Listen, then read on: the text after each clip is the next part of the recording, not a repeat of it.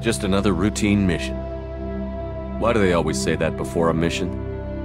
Of course it's routine. You haven't done anything yet. It's everything that happens along the way. The choices you make, the paths you choose, that turn the routine into anything but. Of course, that's how it started. A routine mission, answering a distress call. And look where that got me. We were testing out the Normandy, Captain Anderson's new ship, when the distress call came in.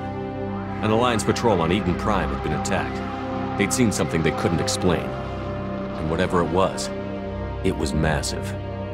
I hit the ground with my lieutenant, Kaidan Alenko. A good kid, loyal, by the book, with a talent for biotics.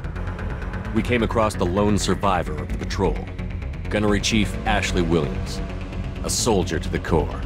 Tough, disciplined, ready to take on whatever came her way.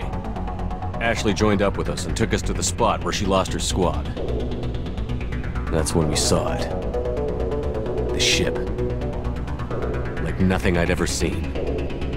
It was massive, scorching the colony and everything around it as it blasted away. We followed the path of destruction to an artifact, a beacon left by a long-dead race called the Protheans.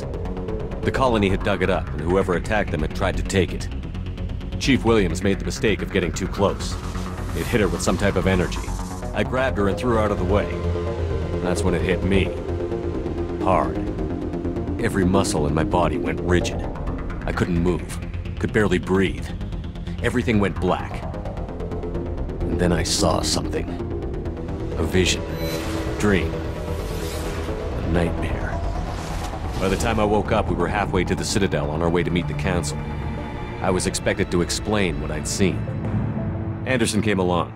So did Adina, our political representative on the Citadel. With those two heavyweights, it seemed reasonable we could persuade the Council that the ship we'd seen was a potential threat, as was the individual behind the attacks. The main suspect for the Eden Prime massacre was a Turian Spectre named Saren. He'd been seen by one of the survivors from the colony at Eden Prime, and there was some evidence to suggest that the ship was connected to Saren. But even Adina's pointed accusations weren't enough to convince the Council. They just couldn't believe one of their chosen elite Spectres could be guilty of something like that. They needed proof, which meant I needed proof. Fortunately, I wasn't alone in my search. Garrus, another Turian, wanted to help. A top agent for Citadel Security. Despite orders from his superiors that he shouldn't get involved, he told me he was suspicious of Saren, and he had some useful leads. More importantly, he was willing to share them. That led me to Rex, the biggest, nastiest-looking Krogan bounty hunter I'd ever seen. He turned out to be more than just a brute. It was his intel that led to a fugitive with incriminating evidence on Saren. The fugitive turned out to be an energetic little Quarian named Tali. A tech expert with a knack for hacking, she'd procured some information on Saren. Evidence that proved Saren was dirty. Tali's evidence proved that Saren was responsible for the massacre on Eden Prime, and that the immense warship we'd spotted was in fact Saren's flagship. But it went much further. Saren was trying to find a way to bring back a race of sentient machines from dark space. Machines allegedly responsible for cleansing the galaxy of all organic life. These Reapers were blamed for wiping out all life 50,000 years ago, including the Protheans, then disappearing back through the mass relays to dark space, leaving no trace they'd ever been. That explained why Saren was after the beacon, and it made some sense out of my visions. But not much else. We couldn't convince the Council that the Reapers were a threat, but they agreed Saren had to be stopped. They stripped him of his Spectre status and gave me the honor of becoming the first human Spectre. My first task? Bring down Saren. Anderson decided to stay behind, giving up his ship, the Normandy. He told me I would need it more than he would. He also pointed me in a direction. Liara, a Prothean expert, adept in biotics, and maybe most importantly, daughter of Benezia, Saren's top lieutenant. And like most Asari, as beautiful as she is intelligent, and born with a unique ability to meld with other species. Liara was able to help me decipher some of the vision the beacon had given me. Nothing concrete, but it gave me some clues. And a new appreciation for the Asari. Her technique for accessing my vision was unexpected, but not at all unpleasant. Ashley was a little concerned about the connection I shared with Liara.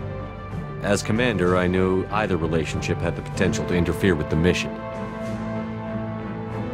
I decided discretion was the better part of valor, and kept my focus on our goal, finding Saren. Thanks to Liara's help, we had our next lead, Benezia.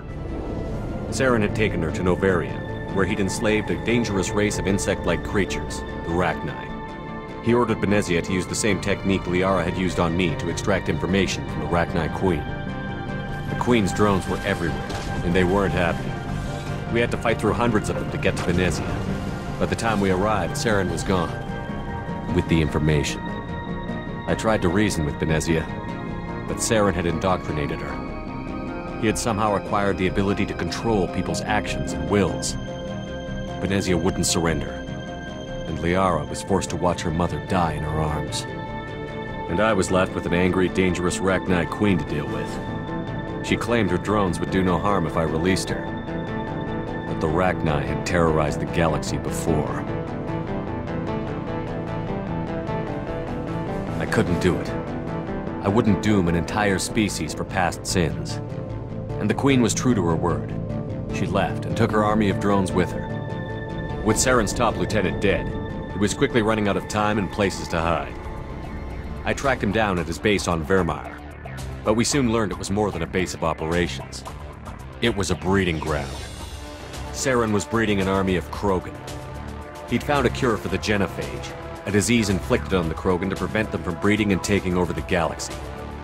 But the Krogan Saren was breeding were slaves, mindless beasts that obeyed Saren's will. I had to destroy the base, and all its research. Rex disagreed. Violently. Rex wanted the genophage cure for his people. I tried to convince him to help me destroy it, that these Krogan weren't real. But he wouldn't back down.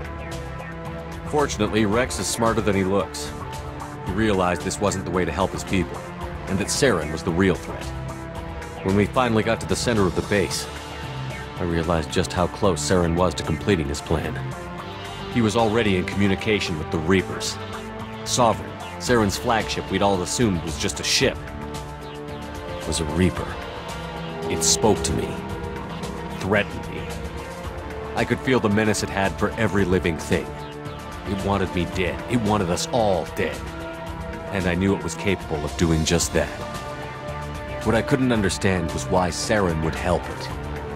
But there was no time to think about it. Sovereign knew where we were. We had to destroy the base and get the hell out.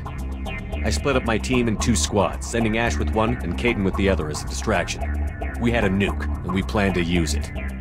Before we could detonate the bomb, Saren showed up. We fought. I stalled him to make time for my team. And in talking to him, I realized the truth. It wasn't Saren who was indoctrinating everyone. It was Sovereign. The Reaper. And Saren was in deeper than all of them. He tried to convince me he was still in control. Said he found a way to reduce the Reaper's influence, but he was kidding himself. Or believing the lies Sovereign was telling him.